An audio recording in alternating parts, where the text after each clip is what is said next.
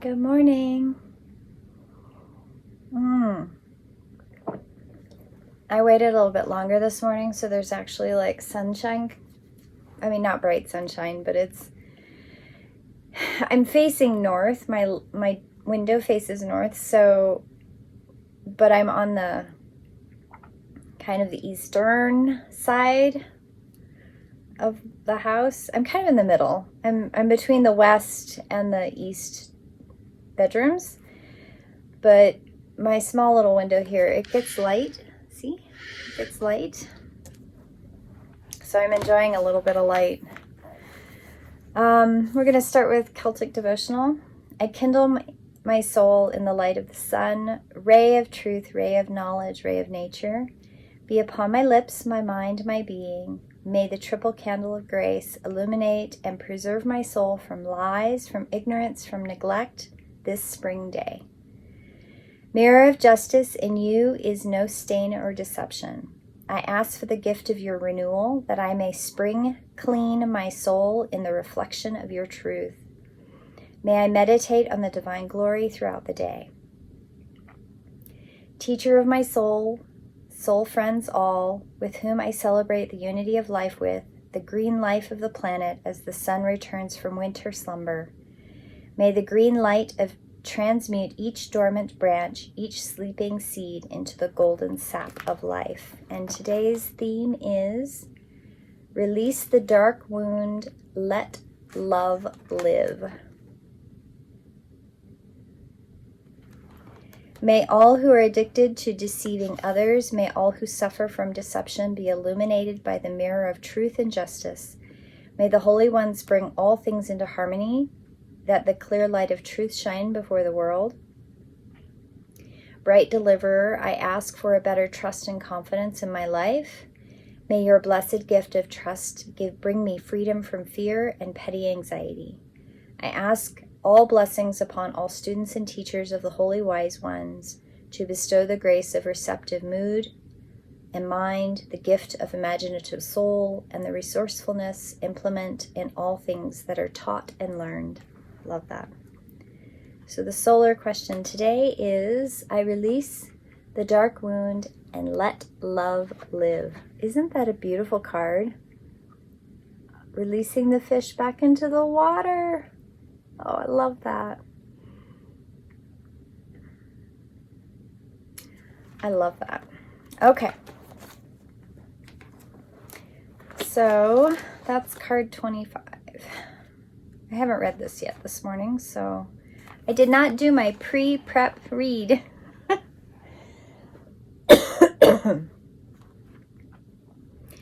If we detach something from its source too soon, trying to force it to become what it is not yet ready or willing to become, we can unintentionally sap it of its strength and kill it. There is a dark wound in the consciousness of humanity which demands perfection and denies process. If you are thinking of publishers before you have written the book, or if you are comparing your unfinished song to the latest idea of a pop release, if you have decided you are not good enough or worthy enough to succeed before you've given it everything you've got or asked for divine help, then this dark wound has you in its grasp. You have to let go of the death grip of perfectionism and let yourself and your ideas live. Love is abundant, creative, and inspiring. It moves us so much more joyously and creatively than fear. Release the dark wound of false belief. There are countless stories of vast successful artists who are nearly binned the project that was the making of their career.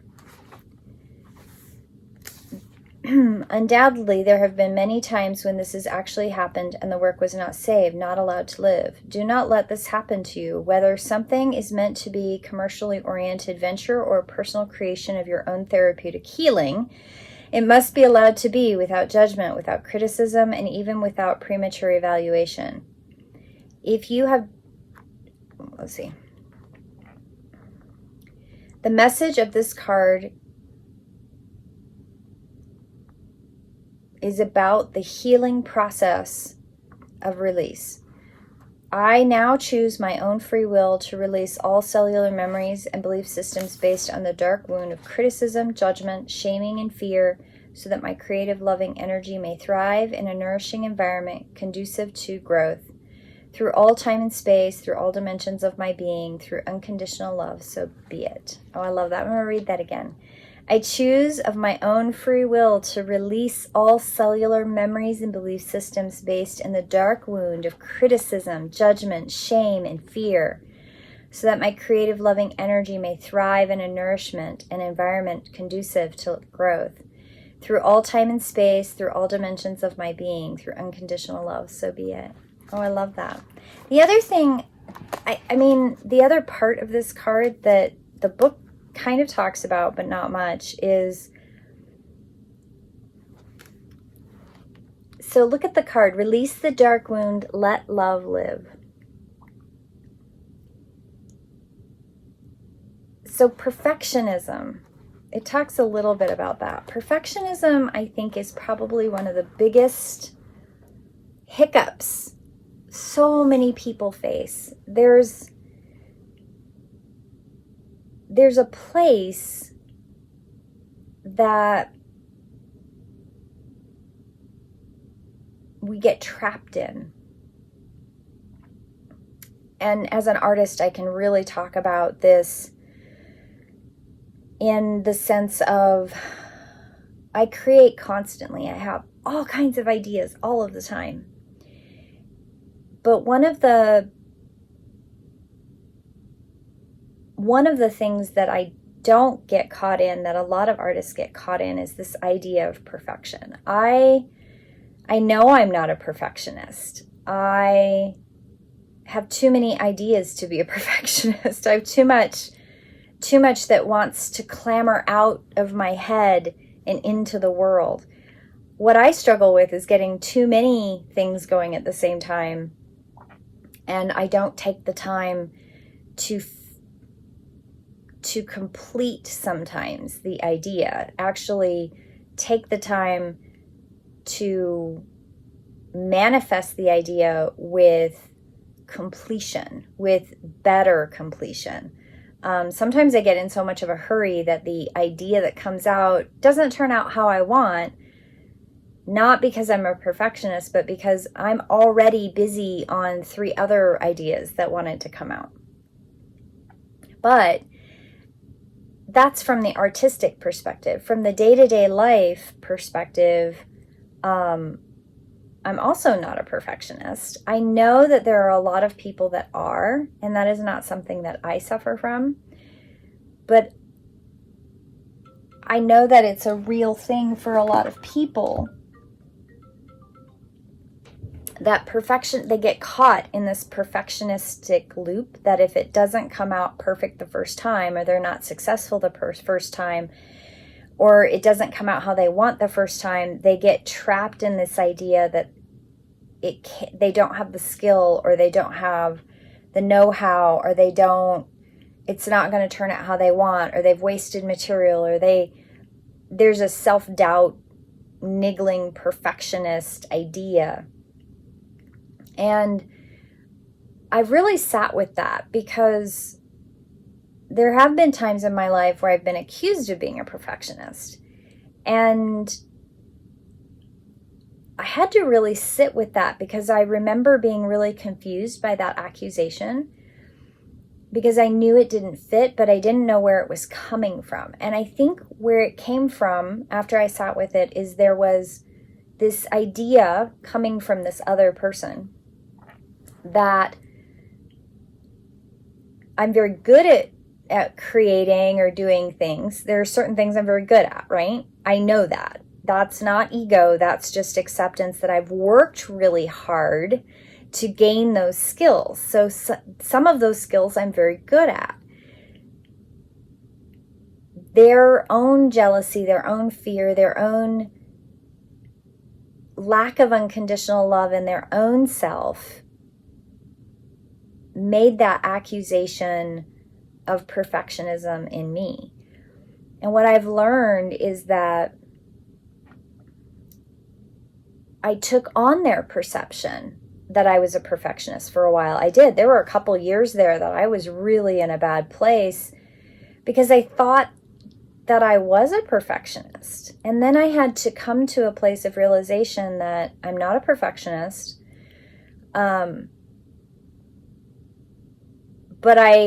when I learn something, I try to learn it well and I practice it. I do it over and over and over and over again so that the more that I do it, the better I become, the better that I can, ironically, rush through a project and not give it a lot of time, but it still come out okay.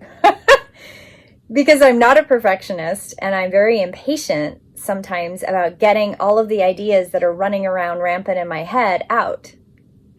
And so I may make a lot of something in a lot of different ways to practice something that I'm learning, something that I'm wanting to do.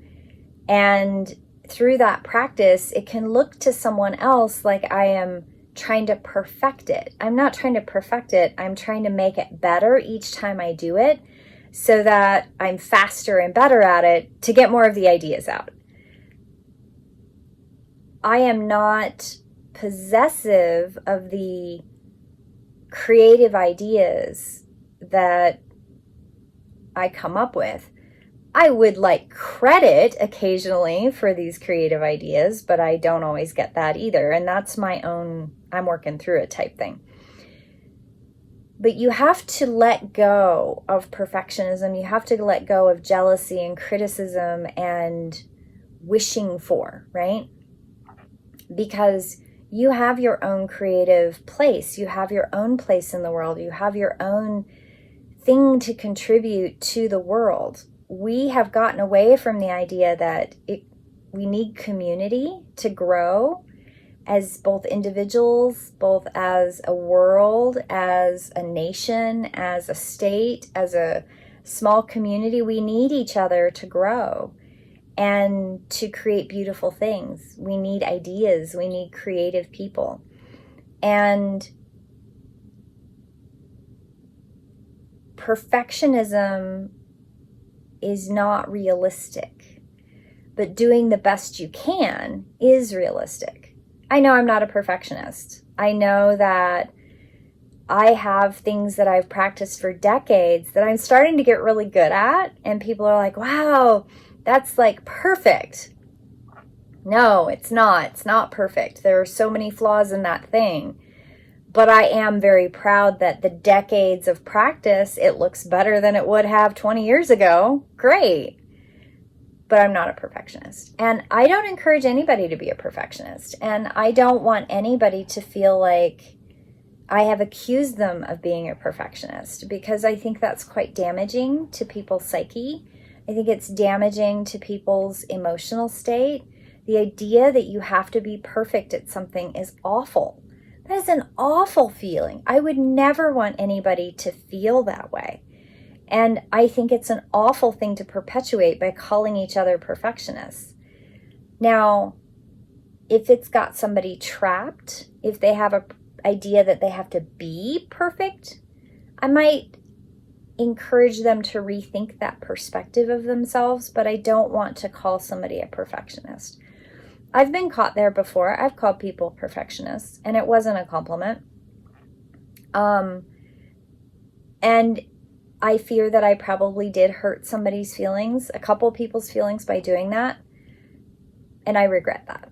And I send love and hope and release and forgiveness of myself for doing that. And also hope and grace and love to that person so that they can see themselves in a different light. Don't see yourself as a perfectionist. If you're somebody who really worries about doing it right the first time, or you get caught in this anxiety and need to do something 100% perfect, I encourage you to let that go. That's really harmful to yourself, and it's not good. We are infinite, loving, spiritual beings, and we are growing and we are learning, and none of us are perfect. Because what is perfection? It's an illusion. And it's not an illusion in light. Perfectionism is an illusion within fear and judgment. And it's an illusion that we carry in a world that judges, and we judge each other. And judgment has no place. So perfectionism is really another word for fear. It manifests through fear, through doing something 100% exactly right. You can't do anything 100% exactly right.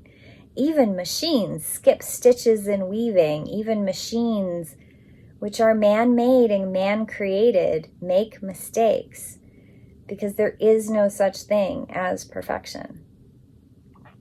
It's just not healthy to think that way. So when you're talking about releasing the dark wound, let love live, you have to let love and the creative energy of the universe unfold. And you can practice something for a really long time and get really, really good at it, but you're never going to be perfect. And for any one thing that you learn, a skill that you learn that you get really, really good at, there's something that passed you by that you did not learn, that you forgot, or that maybe you're not as good at. I'll use sewing as a really good example.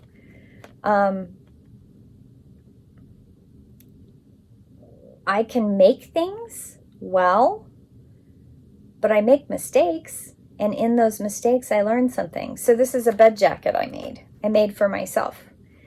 And I learned a lot when I made it. And then I made gifts of bed jackets. But this one I keep, not only because it's silk material and it was kind of a gift to myself, but I sewed the seam wrong side out and I still have fraying. So I clipped these threads. I made a mistake. That's okay. I still wear it and still proud of it because it was the first bed jacket I made, and it's made of silk and not my favorite color either, but that's okay. You learn and you get better at it. And the better you get, the more you find joy, I hope, in what you're doing. The better I get with my embroidery, I have this beautiful embroidery on the back here.